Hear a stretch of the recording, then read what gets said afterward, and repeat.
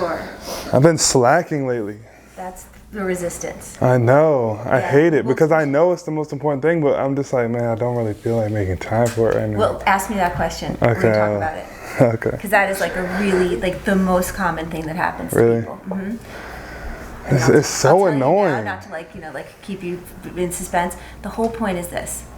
If your nervous system perceives the stuff that you're going to look at in your journal speak as dangerous, what happens is it speaks to you in your own voice. And your own voice says, I don't feel like doing this, or I'm too tired, I've got better things to do, or I've got more important things to do.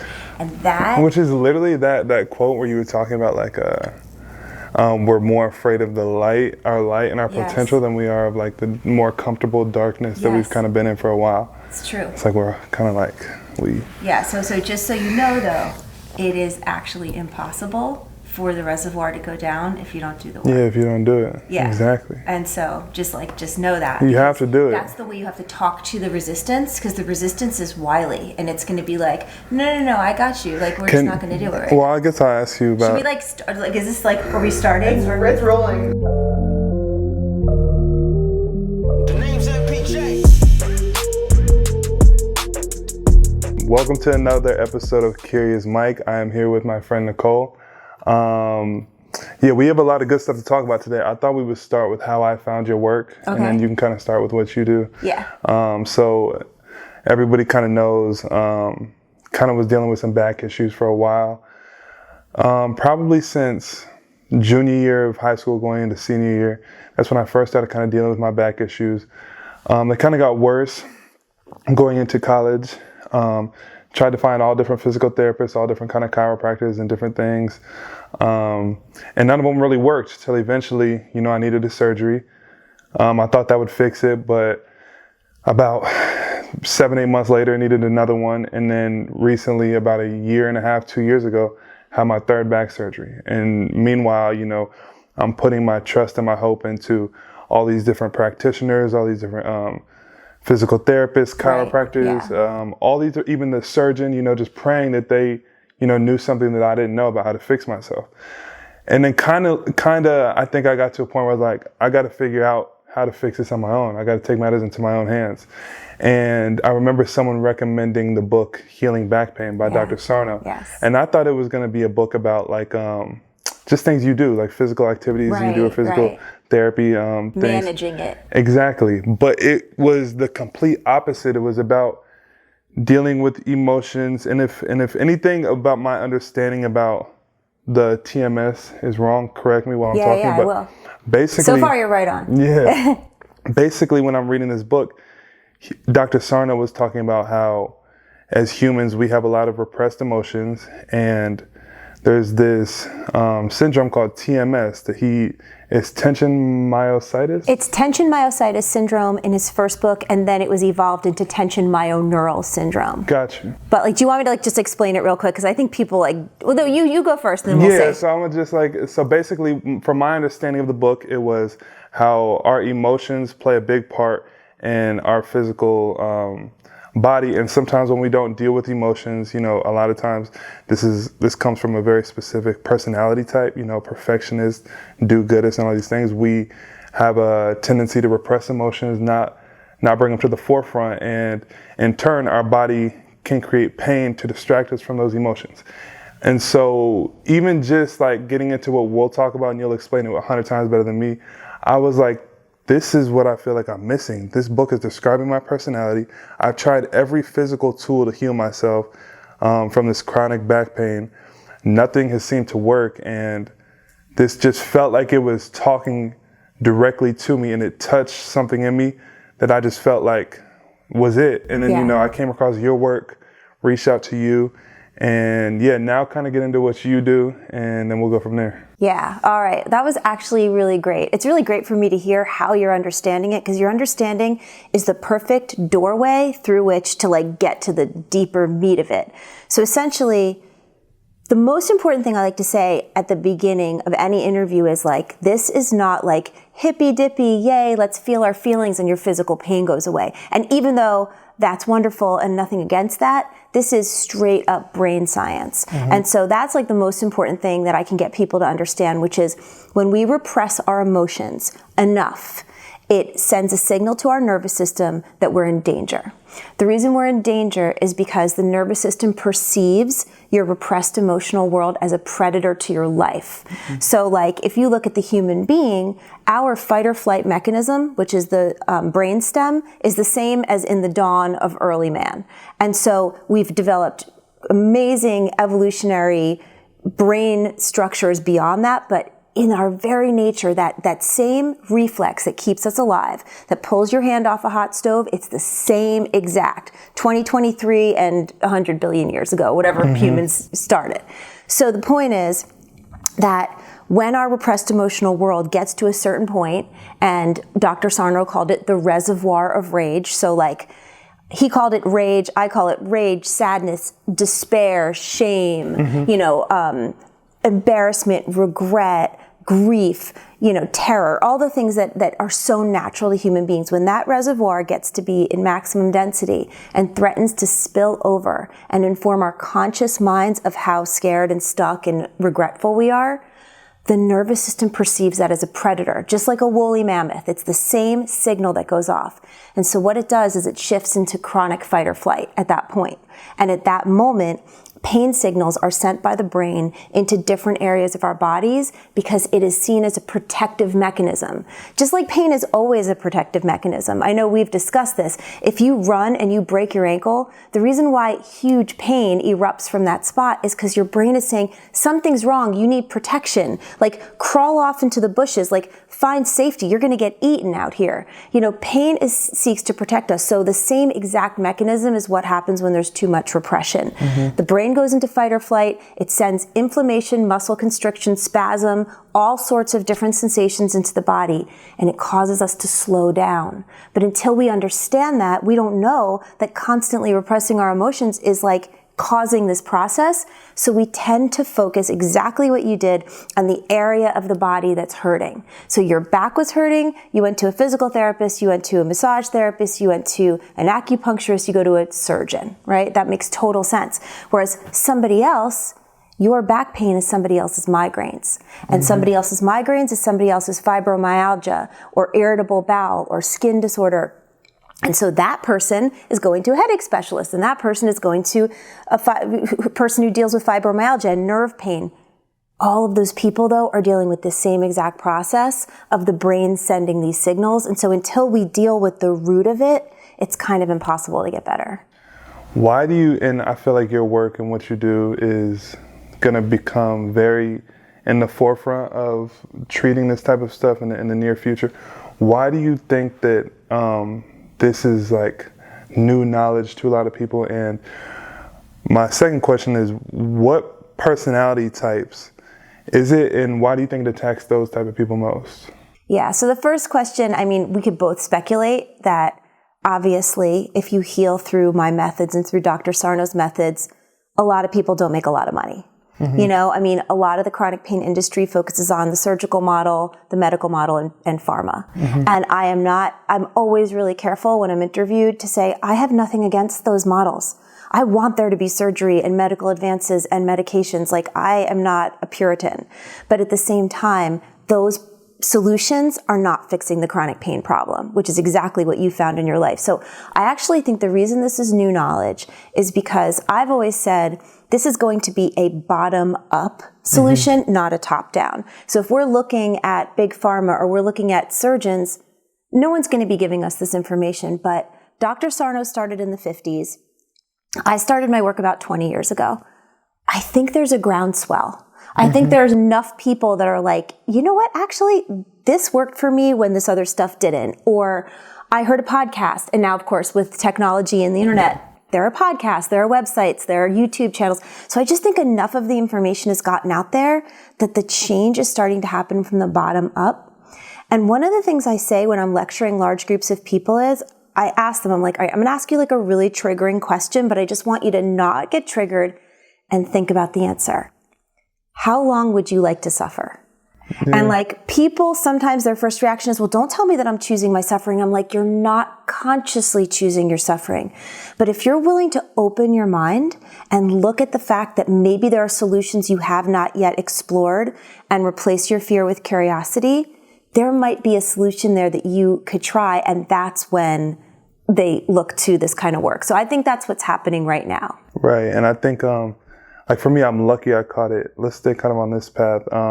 I'm lucky I caught it at like 25 instead of a lot of people. Oh my catch God, it, yes. and they've tried everything, and now they're in their later years, and they're like, I give up, like, and then they may come to your work way later on.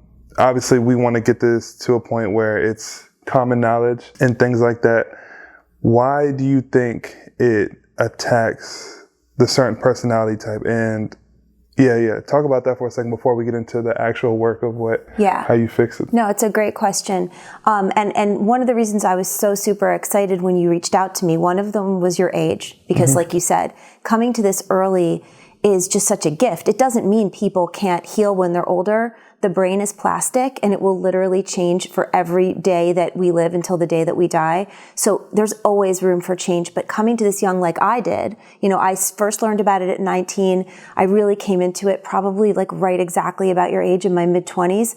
And it's like given me so much time to have a life of infinite possibilities, and in like the really spiritual sense of how crazy this is, I was told I would never have biological children because of my back disorder. And because I didn't listen to that and found mind body medicine, I have 3 whole human beings, and God knows what they're going to do in the world. So it's all just so like mind blowing if you look at it sort of like in a meta kind of way. But another reason I was really excited when you came to me is the concept of professional sports. We are so used to hearing that people have an injury and it becomes their injury. That's the player with the bad knee. That's the player with the bad back. That's the player with this and that, shoulder, wrist, whatever. And so many people don't understand that after a certain amount of healing time, even if you tear your ACL or do something that super requires surgery, after a certain amount of healing time, when something becomes chronic, it's because this mind-body system takes over, which we'll talk more about. And so that's just so exciting to me because, to kind of get into your next question, there are so many people in professional sports that have the same personality, which is like super high achieving, put a lot of pressure on themselves, perfectionists, people who it's very important to be seen as doing a good job, seeking a lot of approval. I mean, obviously sports is not the only place where this exists, but it's just like when you're good enough at something to be in that kind of arena, you are going to have this personality, being your own worst critic. Other people could criticize you, but no one's going to do the job that you do to yourself. Right. And so the reason these characteristics are so susceptible to TMS and the mind-body pain we're talking about is because there's so much opportunity to dump in the reservoir. Right? If you're the kind of person that's like super easygoing and you never kind of give yourself a hard time and you're just chill, that's not a person who really experiences a lot of chronic pain because they're just like, they go along to get along and it's no big deal.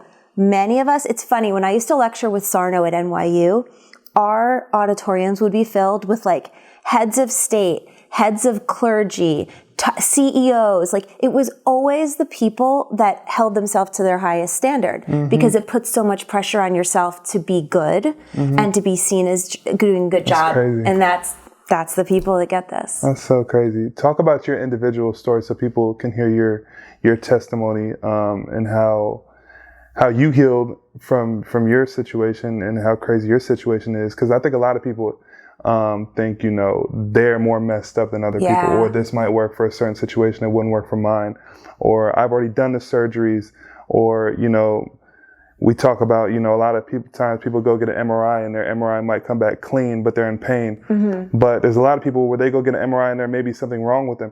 Your work speaks to those people as well. Like for me, like my MRI showed things that were abnormalities, but you call them normal abnormalities. Talk about your situation and to all those kind of groups of people. Yes. So Dr. Sarno first coined the phrase normal abnormalities because as I'm not a medical doctor, I borrow all the medical stuff from him because it's all so true, and then I can take it and kind of build on top of it. So I come by this honestly. I came into Dr. Sarno's world as a patient of Dr. Sarno. When I was 19, I was a freshman in college, and I was in a particularly stressful time, having left home for the first time and all the stuff that happens in college, and my back went out. I mean, I couldn't walk. I couldn't get off the floor, to the point where it was so severe that my parents had to come to college and physically bring me home. And then I went through the battery of tests and the doctors, MRIs, x-rays, orthopedic surgeon consults. And what they came up with is my MRI shows what they call degenerative spondylolisthesis, which means that my lower spine has an abnormality so severe that like orthopedic surgeons go pale. They don't know what to say to me when they see it, because it's like they feel so sorry for me. Yeah. And essentially what it involves is I have a vertebrae that is shattered and replaced with scar tissue and stress fractures on the vertebrae above and below. And it kind of just sits. If anyone ever have seen an MRI with spondylolisthesis, it looks pretty ugly. So of course, this very well-meaning doctor looked at that film and was like, this is what's causing your severe debilitating back pain.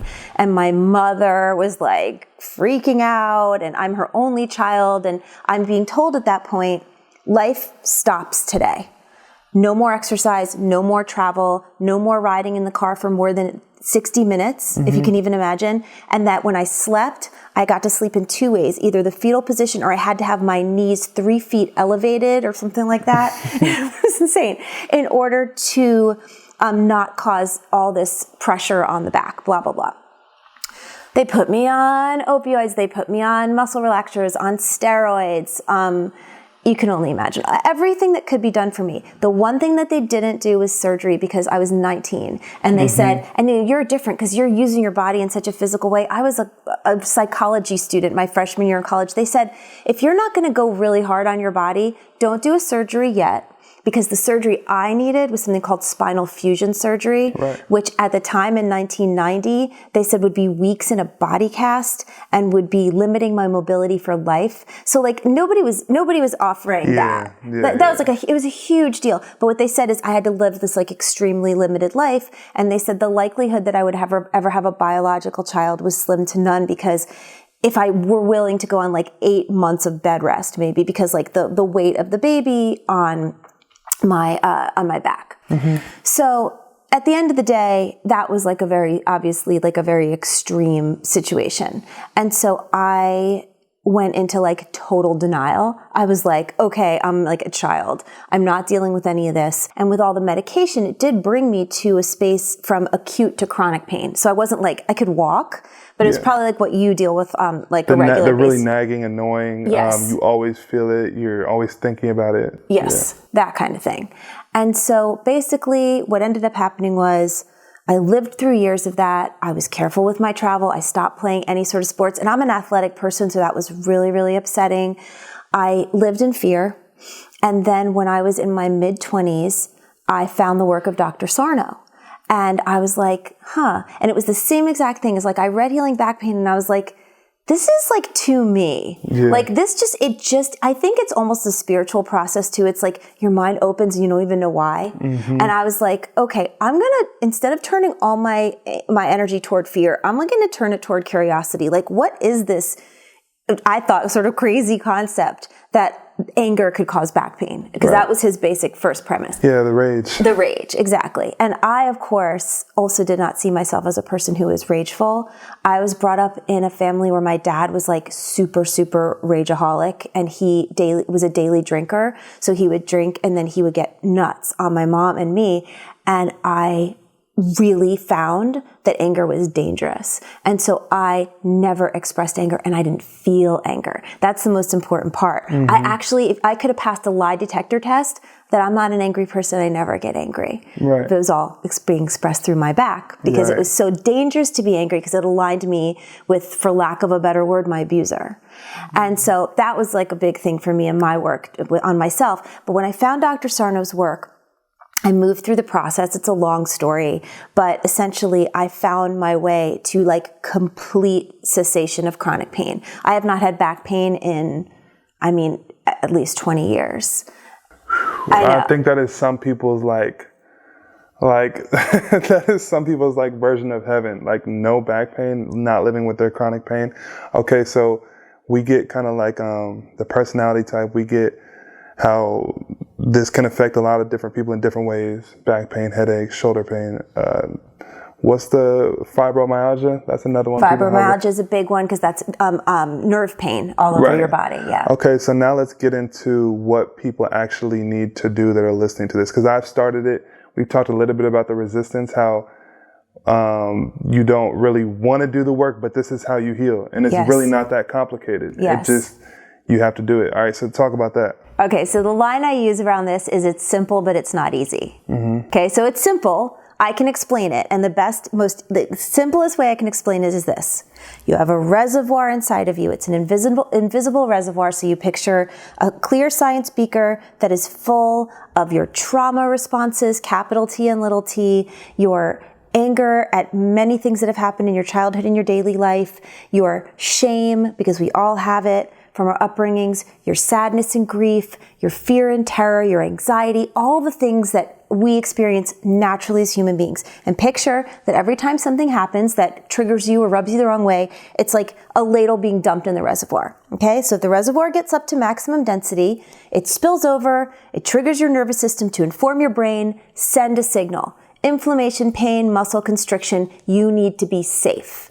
So if you're triggered by your Aunt Edna, who's always criticizing you and telling you you're a bad person, when you're on your way to the family reunion, you're going to get a migraine. Whoa, what happened? All of a sudden you're safe. You have to cancel and go lay in the dark. Like it makes so much logical sense. And so that process is happening every time the reservoir reaches maximum density. Now, how does the reservoir go down? Well, there are some natural ways that don't involve any hard work. Soothe factors. You know, you get a new girlfriend or boyfriend, you hang out with your friends and have like a serious laugh, you go on vacation, you do something that you're proud of, you know, you win a big game. Okay, great. It does go down like that because it evaporates when we're in a state of ease and comfort. But you can't count on those things in order to make your life, you know, perfect. And so I teach a process that I developed through my own recovery called Journal Speak. And very simply, it is an exercise where you take 30 minutes of your day. Now, I know that sounds like a very little portion of time to you and me, but you know how hard it is when you actually try to do it. But you take 30 minutes of your day. For 20 minutes of your day, you journal in the way that I teach, that we could talk about in a minute. And then for 10 minutes, you do any form of loving kindness meditation, guided, unguided, I don't care. Something to connect yourself back to like, I'm okay, I'm a human being, I have a right to my feelings, I have a right to my anger. And of course, I have a lot of resources that really outline this if people are getting curious from this podcast.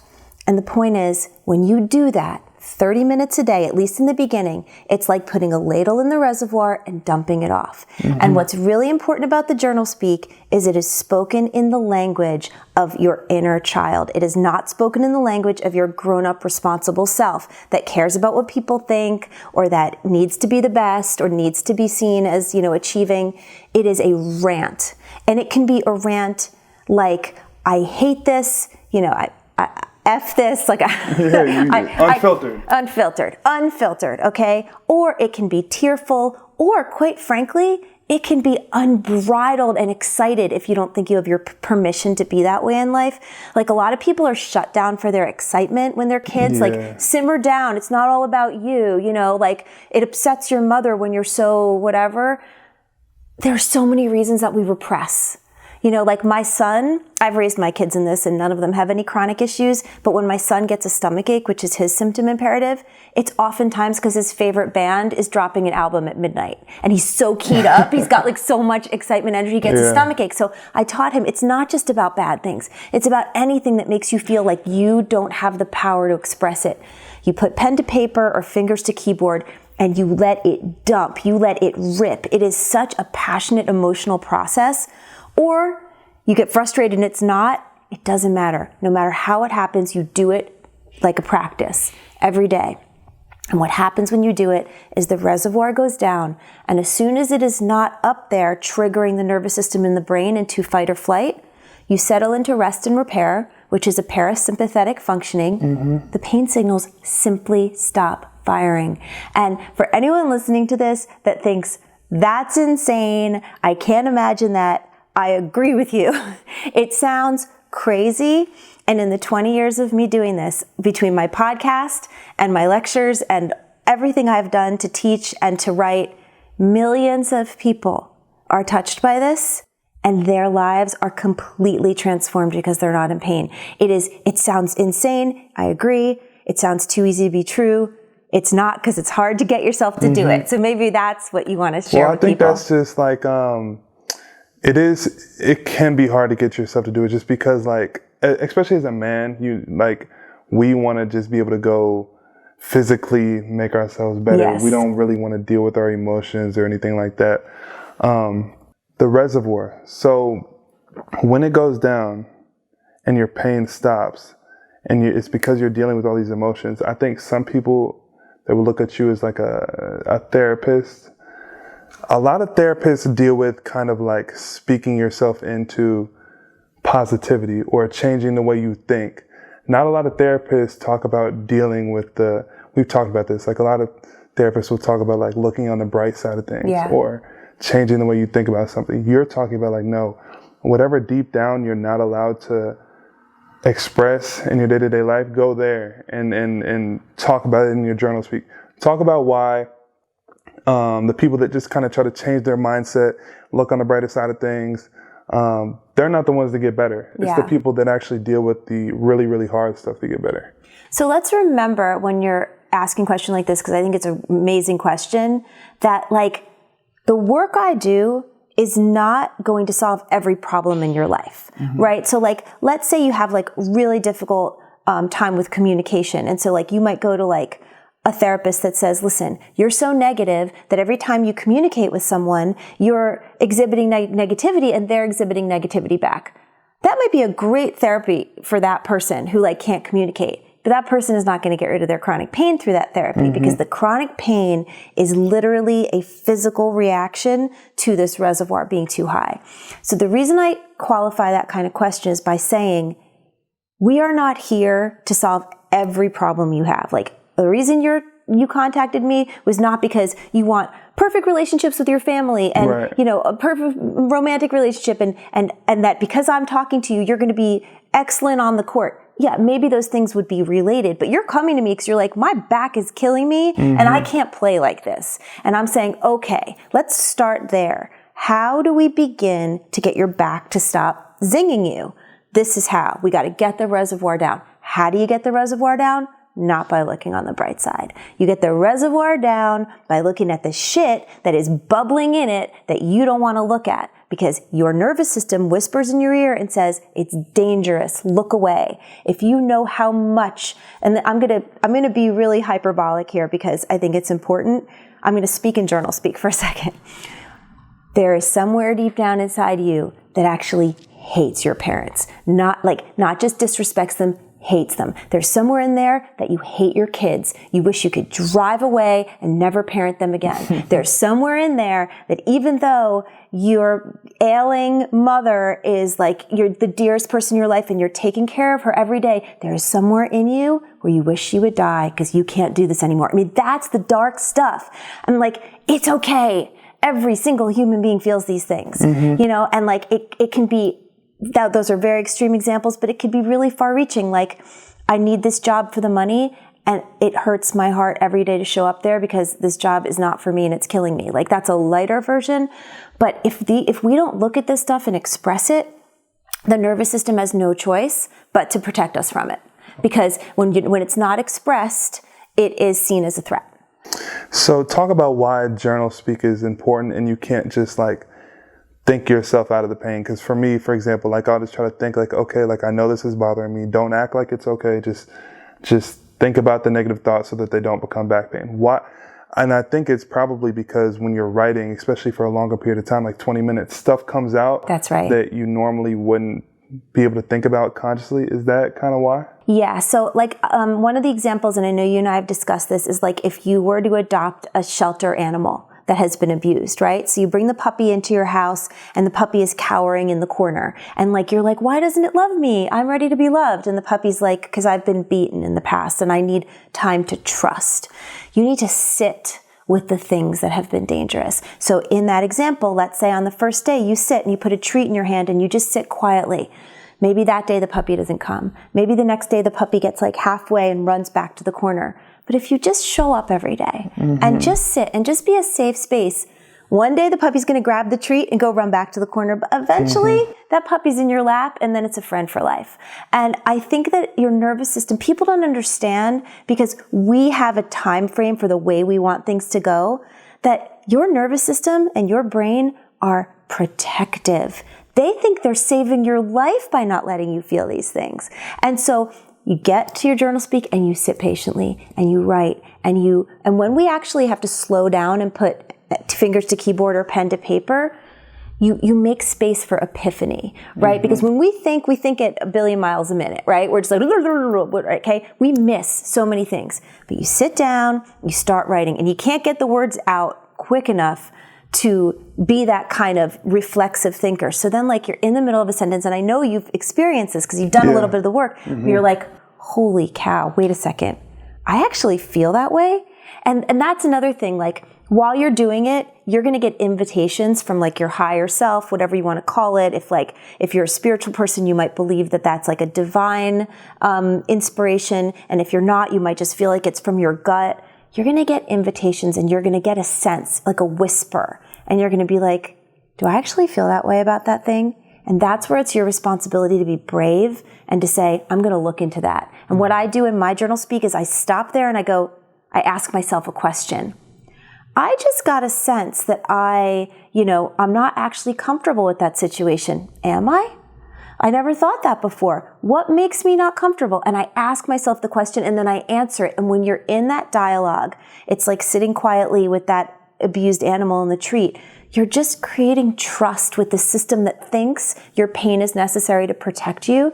And little by slowly, you start to understand the way you feel. The reservoir is emptied and it's like the puppy getting into your lap. Like you will, it's amazing. And I always like feel no matter how often I talk about it, I just am on my knees in reverence to its power, the way the pain signals stop firing. And people are like, you're never going to believe it. My back just doesn't hurt anymore. I'm like, I believe it. Unbelievable. It's super exciting because I'm gonna get You're gonna get there, man. Super consistent in it. Okay, so I want to bring up this quote. We talked about this before we started the podcast. Sometimes us as humans, the quote is about being afraid of our light, being afraid of our potential Marianne as a Williamson. person. Yes. I see that in myself. Like sometimes it's just like you have a fear of your potential. We don't know how great we are.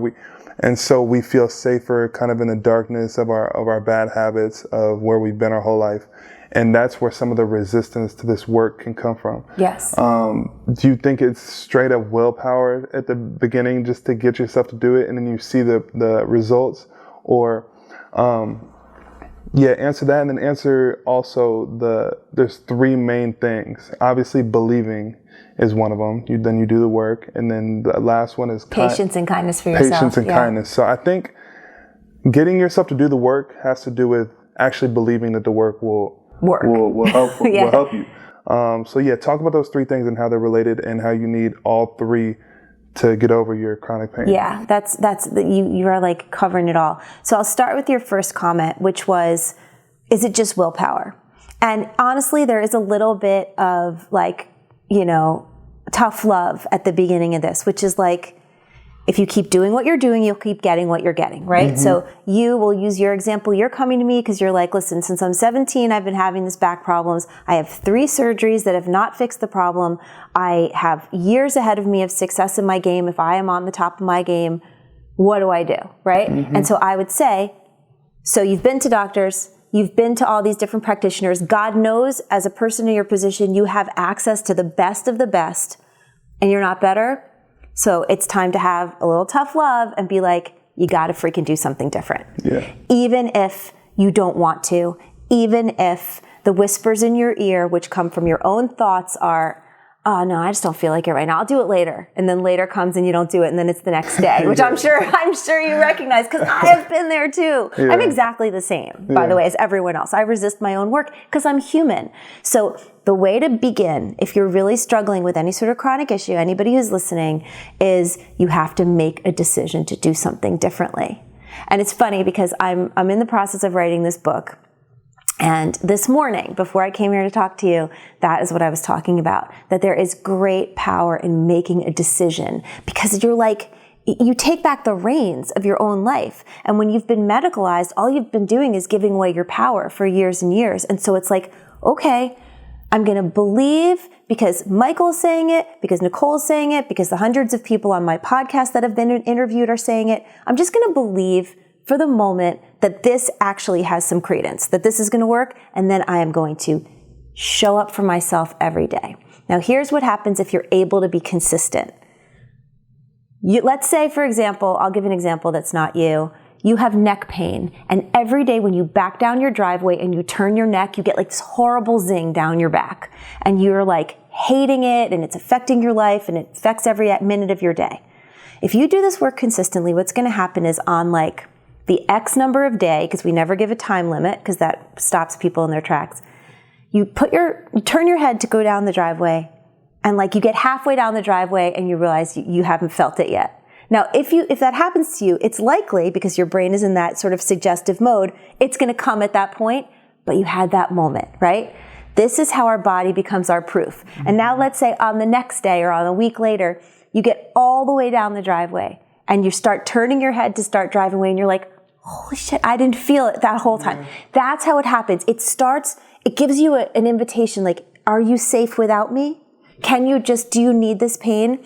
And what happens as you go is your body becomes your proof. And anyone in the world who has ever been evangelical about anything, whether it's the newest health fad or something with religion or something with child raising, like there's all sorts of places that we are evangelized. It's because it happened to you, right? Like, I'm a mom of 3. My children are all almost adults now, but when they were little and you got your kid to sleep through the night, you got nuts. You call all your friends, do this, do this, do this lavender oil and this song and this whatever, because everyone's desperate to get their kids to sleep through the night. Anything that is a felt sense experience, then you believe it. And that's when belief is really solidified, is when you're like, I did this consistently, so it is a little bit of willpower at the beginning. And then by doing it consistently, my body becomes my proof. Then if you keep doing it, I have no chronic pain anymore. And let's remember, there's no cure for human pain. You're still going to get a headache now and then. You're still going to be on the court, and you're going to be in a specifically stressful moment, and your back will like just zing you a little, and you go, yeah, I got you. I got you. I'm really stressed right now. I'll get to my journal speak later. I'm cool. And at that point, that's all your nervous system needs to be safe, because it trusts you. You've sat with the treat for long enough. It trusts you. The back pain goes away. You finish the game. And then it's your responsibility in the next couple of days. Get to your journal speak, because there's stuff building up. Right. So it's not a life sentence to have to do the journal speak. It's at the beginning to get yourself into the new neural pathways of not firing for pain. 100%. Yeah. And I've talked to you about this, trying to make sense of it. You know, you say it's kind of crazy to believe this, and it might sound crazy to some people, but the way I look at it is, in 2023, in the world we live in, all the pressures of, and I've talked about this, in the Western world, the American dream, all these things of just working so hard to become something, to get to the top, all these things. Chronic pain, anxiety, depression, all these things are so much more prevalent now than they were even 20 years ago. I mean, they were a thing, obviously, but it's getting more and more of an epidemic, all these chronic issues. You talked about, in one of our sessions, you go over to some of these other countries, they don't really deal with certain chronic pains. And I've heard that there's some country that doesn't deal with a lot of back pain. There's another country, you said, doesn't deal with whiplash. Yeah. So why do you think that these problems are rising in the world? And I think you come at like the perfect time, because as these problems rise and keep rising, this work also will rise. And that's why I'm trying to, partner with you, bring awareness to it, be able to be a testimony in the future of being pain-free, because I've done everything, you know what I mean? And so, yeah, talk about why you think it's more prevalent now, and why you think other countries and things sometimes don't deal with the same things we deal with here. So I'll back into your question by answering the one that I just didn't. You gave me 2, and I think it's important to focus on what you just asked me before. You said there are 3 facets of my work. Okay, Right. so that's like it goes into the same point. So if the three facets of my work are believe, do the work, which is the journal speak, and patience and kindness for yourself, and all three of those are like three legs of a stool, and without any one of them, the stool will not stand. And so it's like super important to practice the belief so your nervous system can go into rest and repair and allow you to do the work to lower the reservoir so you can stay there, and then to just stop beating ourselves up. And I think in Western culture, whether it be America or in other, like in Western Europe and in Asia and in other the most highly developed cultures, we are so hard on ourselves.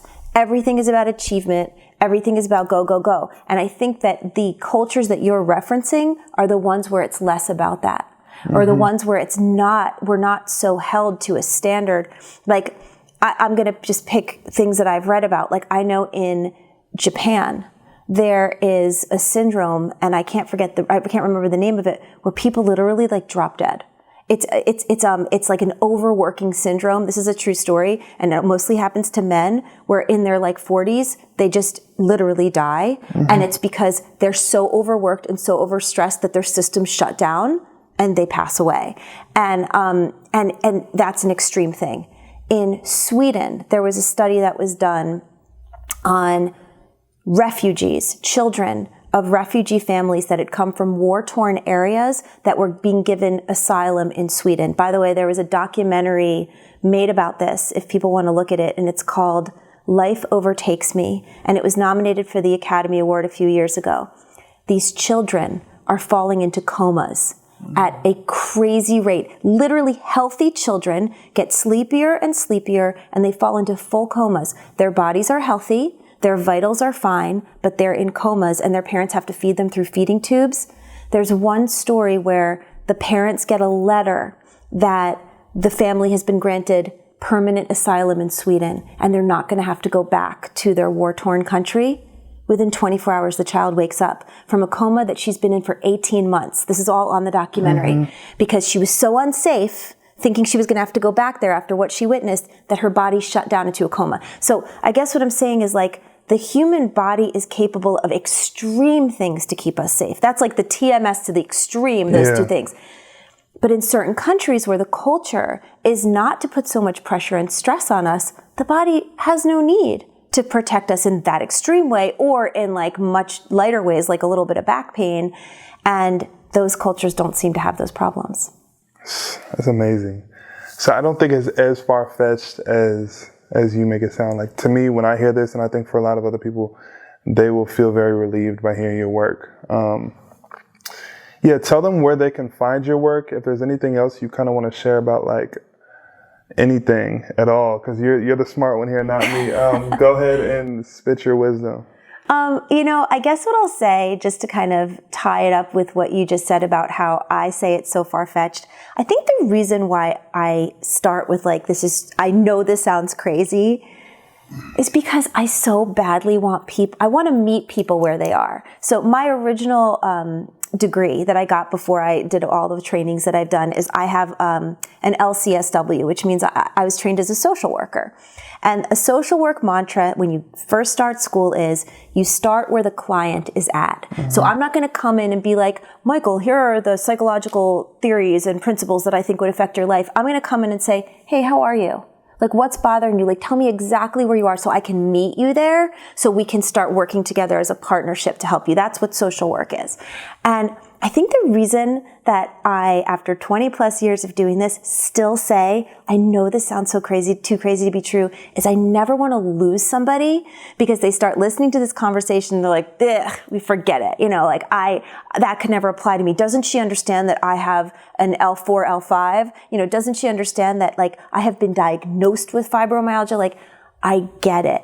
I get it. I have been you. I am you. I am you. You are me. Nobody would mistake me for you on the street, but in our souls, we are the same. And so I think I say that to say, like, wherever this finds you, however hard this is to believe for you, or maybe easier like it is for Michael, like, it is possible for you to totally transform your life.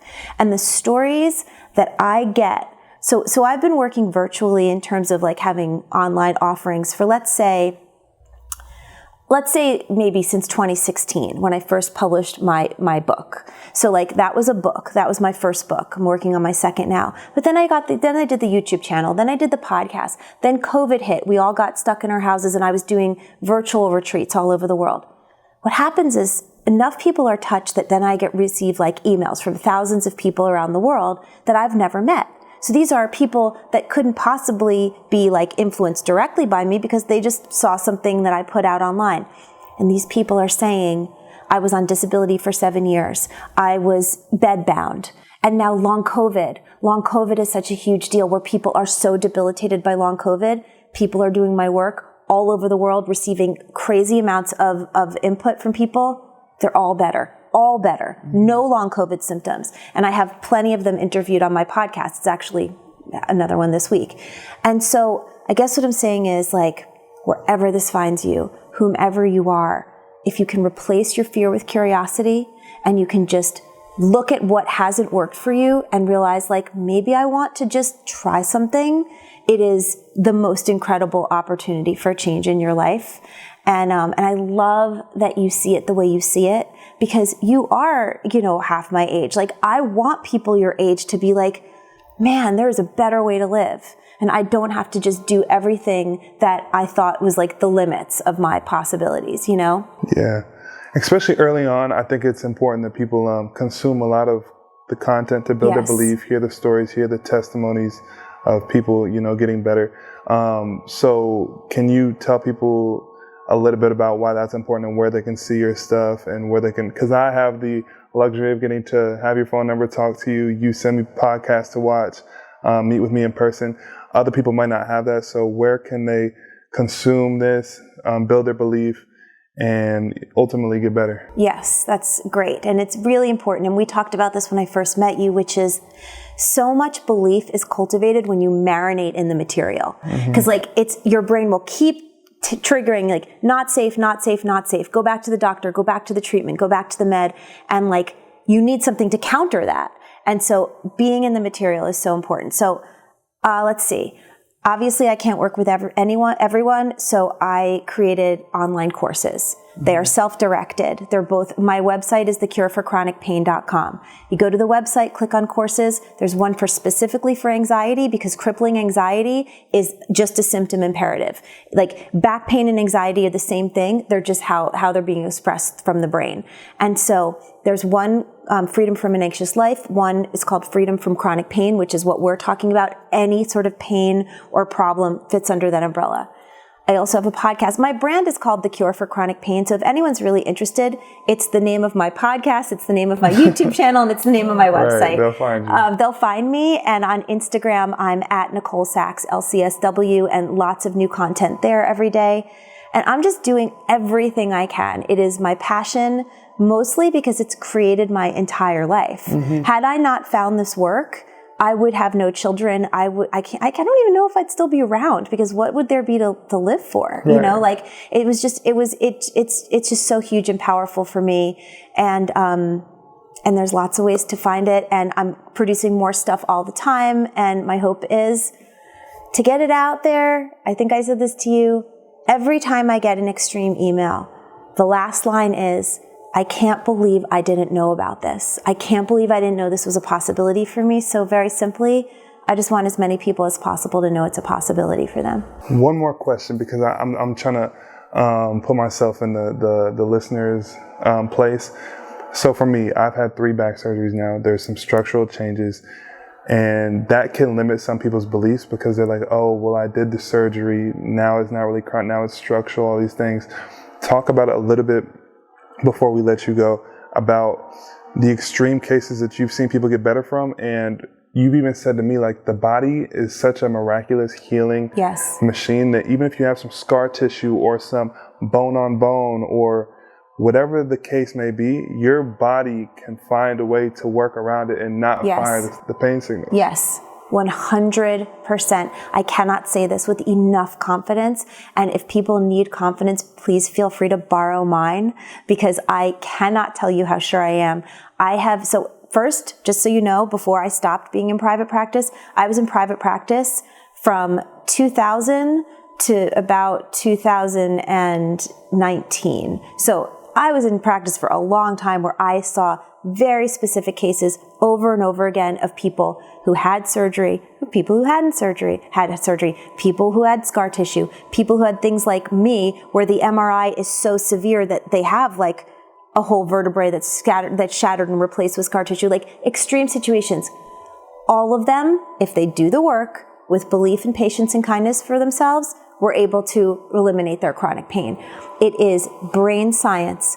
If you cut off your head, you're not going to feel anything, right? So the pain is not in your head, but we must consider the workings of the nervous system and the brain in order to know that that's the only way we feel things. So if we eliminate this process, the pain signals are not necessary. Now, people might think, oh, no, but I have bone on bone in my knee, so no matter what you say, that's going to create pain. And the only thing I can say to that is, the only question that is important for me to ask you is, how do you feel today? Yeah. Because how you feel today is how you live your life. And so it's like, if I worked with people that have all these varied MRIs and all these findings that have no pain because the miracle of their body has been able to bypass that and not send pain signals because their nervous system didn't see a need for there to be in pain, then how do you even what even matters beyond that? You know what I mean? Right. And so all I'll say is this, and I actually think you and I talked about this, and it's probably important to mention it. Even the best scientists in the world only understand a certain percentage of the working of the human brain. Mm-hmm. I know there's a cliche that says we only understand 6% of the brain and understand its workings. Maybe in 2023 it's a higher percentage, but no matter what it is, it's not, we don't get close to 100%. Mm-hmm. So no scientist in the world could say, I can explain to you exactly why that bone on bone is making you hurt. Because they also couldn't explain exactly why that same person with that same exact film has no pain from doing this work, because the brain is complex. And so all I would say is, if you can't believe, to suspend your disbelief and allow yourself to let your body be your proof, because I am certain that I have seen enough cases over the years that there's nothing that can stop you from being pain-free if you do this work. Right. And the good thing is you got a lot of these people on your podcast, so just go listen to their stories and do the work. And I'm speaking for myself too. I got to do it too. Cool. Well, this has been super eye-opening. I really think that, like I told you, I want to help be a testimonial in the future for this work. I want to partner with you and really get this out there, because people who are in pain, trust me, I've seen the best of the best. I've tried everything. And I still had 3 surgeries. And I believe this is the cure. I'm sure this is the cure. And you've already seen some change. I've seen some progress already. Yeah. I see it. And I kind of knew, I had an inkling in my brain, way in the past that, why I work harder than anyone. I keep my core super strong. Why would I at 17 or 18 have back pain? And I always had an inkling. There's no way it could be physical.